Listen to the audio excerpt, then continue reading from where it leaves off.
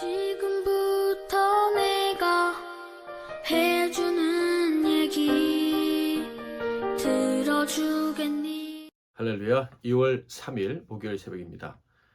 죄 많은 이 세상은 내 집안이네 찬양하겠습니다.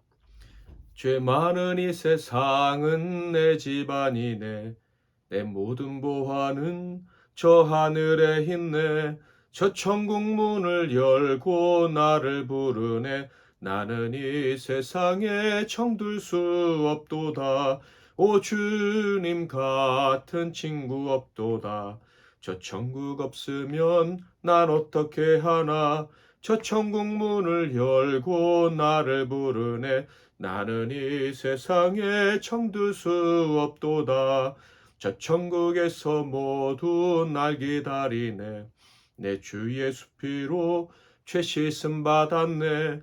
나 비록 약하나 주님 날 지키리. 나는 이 세상에 정들 수 없도다. 오 주님 같은 친구 없도다. 저 천국 없으면 난 어떻게 하나. 저 천국 문을 열고 나를 부르네. 나는 이 세상에 정들 수 없도다. 저 영광의 땅에 나 길이 살겠네. 손잡고 승리를 외치는 성도들, 의기쁜 찬송 하늘 울려 퍼지네. 나는 이 세상에 정들 수 없도다. 오 주님 같은 친구 없도다. 저 천국 없으면 난 어떻게 하나. 저 천국 문을 열고 나를 부르네. 나는 이 세상에 정들 수 없도다.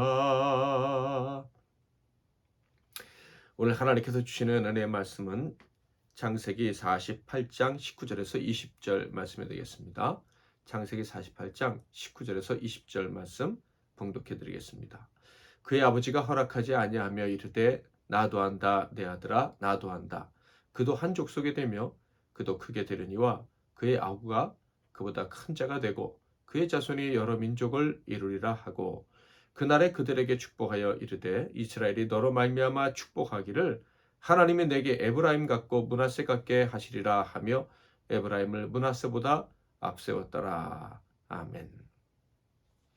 오늘은 진정한 소망이라는 제목으로 하나님 말씀을 상고하겠습니다. 요셉의 삶은 우리에게 참 많은 놀라움을 선사해 주지요. 그의 인생에서 가장 찬란해야 될 시기를 그는 노예 생활과 또 죄수로 보내야 했습니다. 그 나이가 17살에서 30세, 인생의 황금기라고 할 수 있는 그 시기에 그는 남들이 경험하는 즐거움, 낭만 같은 것 경험할 수 없었죠. 대신에 두려워해야 했고 외로워야 했고 아프고 억울한 시간을 보내야 했습니다. 그런데 놀라운 것이 바로 그거예요.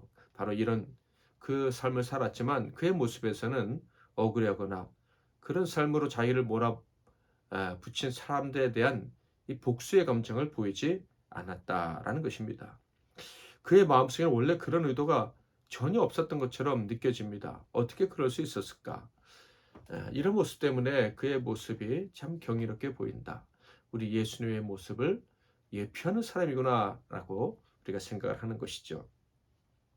그런데 더 놀라운 것도 있습니다. 바로 그것은 그가 성공해서 모든 것을 다 가졌다고 여겼을 때 그때도 그는 조금도 변함이 없었다라는 거예요. 어렸을 때처럼 하나님을 향한 가족을 향한 신실한 마음을 여전히 가지고 있었다라는 거예요. 오늘 방금 읽은 창세기 48장 이 말씀에는요. 그러한 이 요셉의 모습을 아주 잘 보여주고 있습니다. 48장에는 야곱의 죽음이 가까워지자 요셉이 그 두 아들과 함께 야곱 즉 자기 아버지를 방문한 내용이 기록되어져 있습니다. 1절과 2절을 볼까요?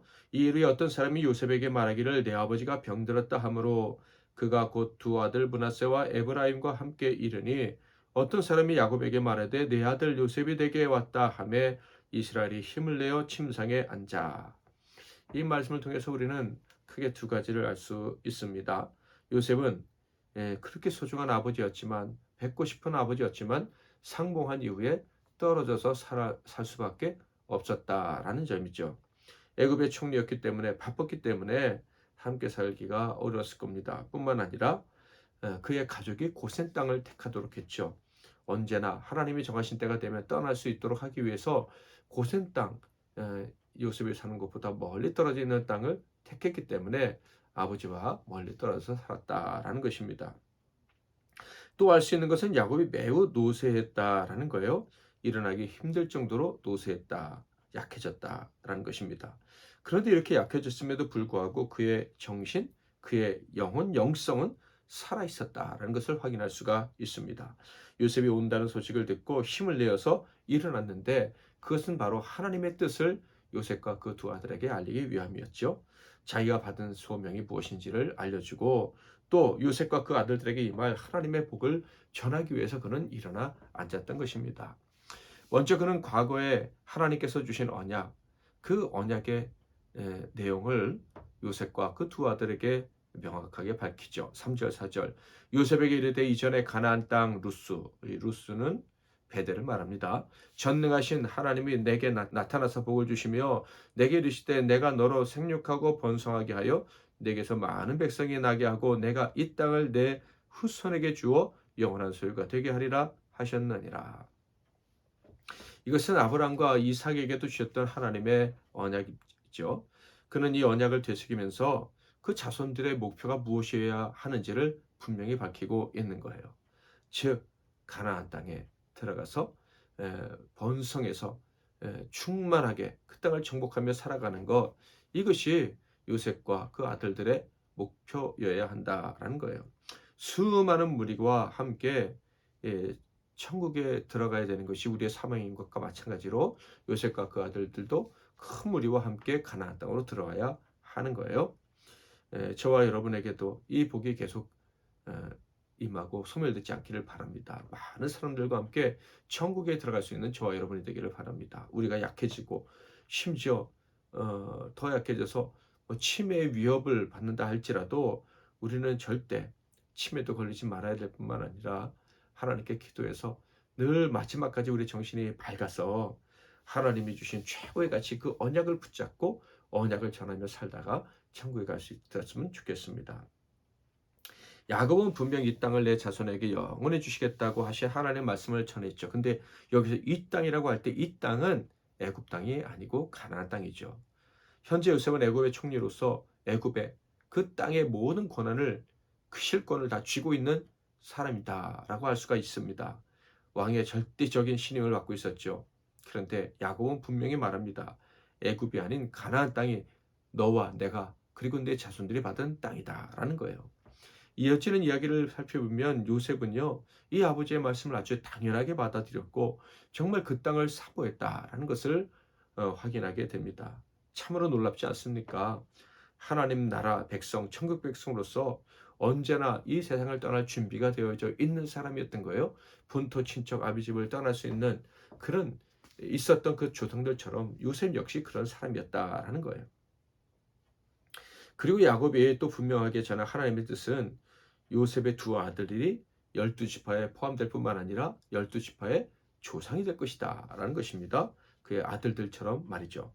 4절 5절 내게 이르시되 내가 너로 생육하고 번성하게 하여 내게서 많은 백성이 나게 하고 내가 이 땅을 내 후손에게 주어 영원한 소유가 되게 하리라 하셨느니라.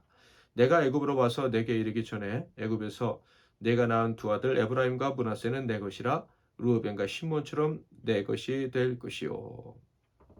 그래서 요셉 지파는요, 둘로 배가 된 셈이죠. 에브라임 지파, 므낫세 지파 이렇게 둘로 나눠지게 되는 거예요.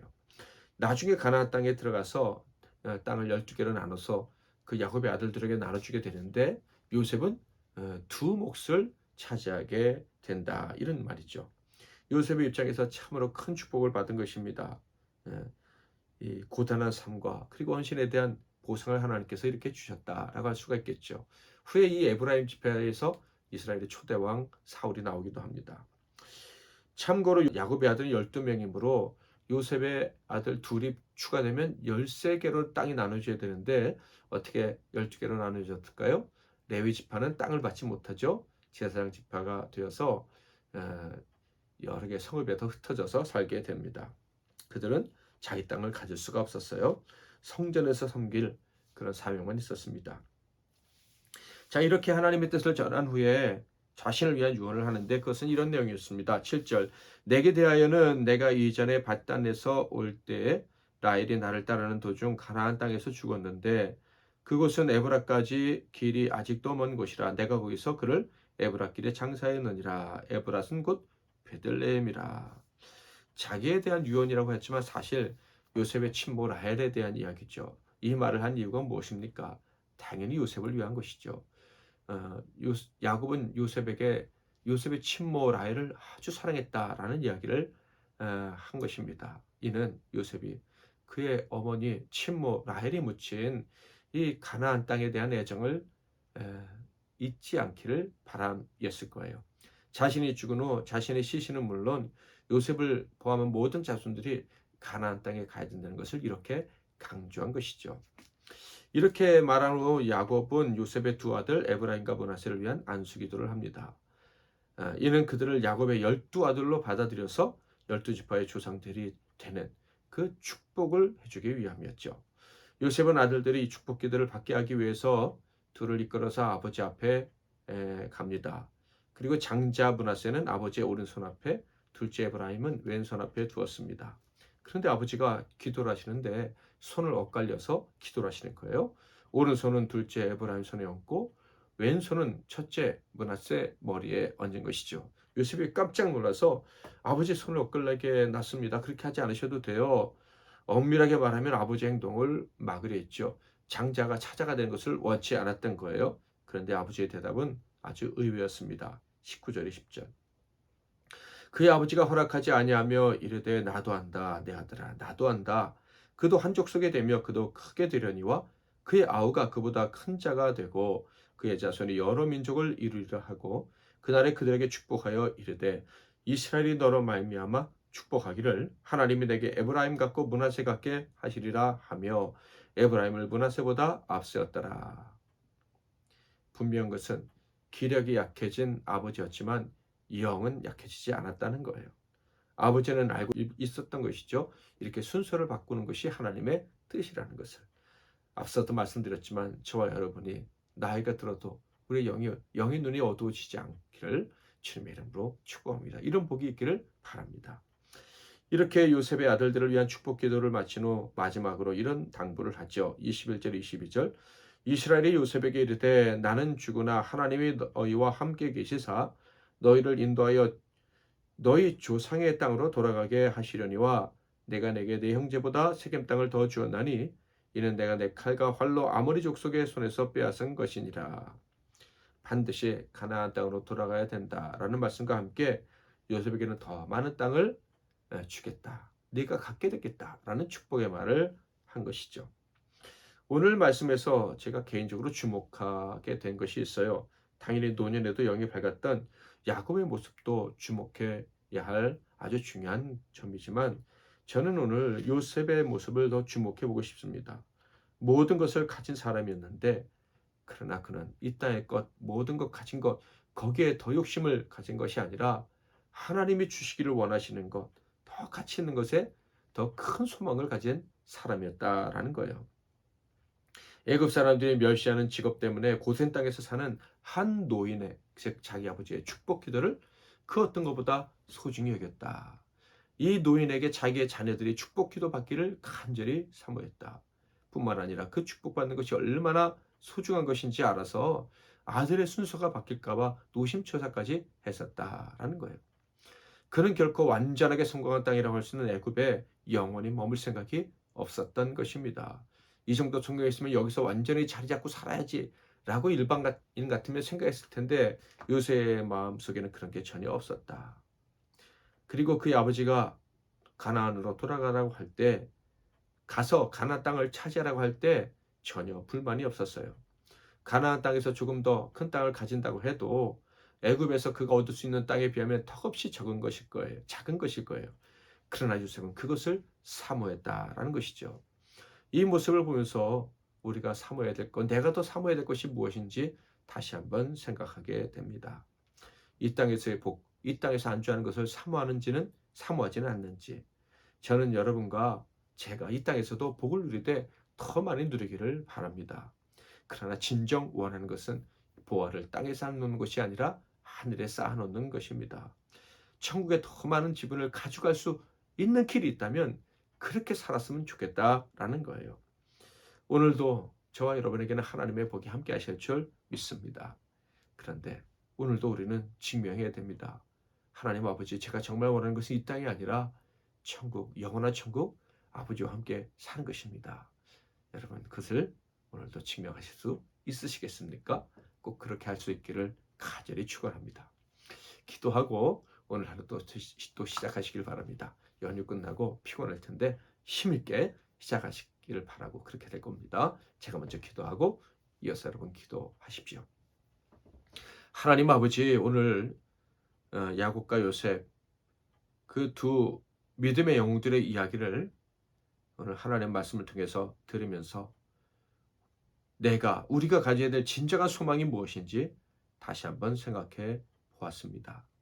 하나님 아버지, 우리에게 아무리 좋은 것이 많이 있어도 또 혹은 너무 갖고 싶은 것이 많이 있는데 아직도 갖지 못해서 서운한 마음이 있다 할지라도 우리가 정말 소망해야 될 것은 이 땅이 아니라 하나님 나라임을 늘 기억하게 하시고, 뿐만 아니라 그 나라에 함께 들어가야 될 많은 사람들을 생각하며 살아가는 저희가 되게 하옵소서. 하나님 앞에 설 때 네가 참 바른 꿈, 아름다운 꿈을, 내가 기뻐하는 꿈을 꾸며 살다가 왔구나, 그렇게 칭찬받는 우리 모두가 되게 하옵소서. 예수 그리스도 이름으로 기도하옵나이다. 아멘.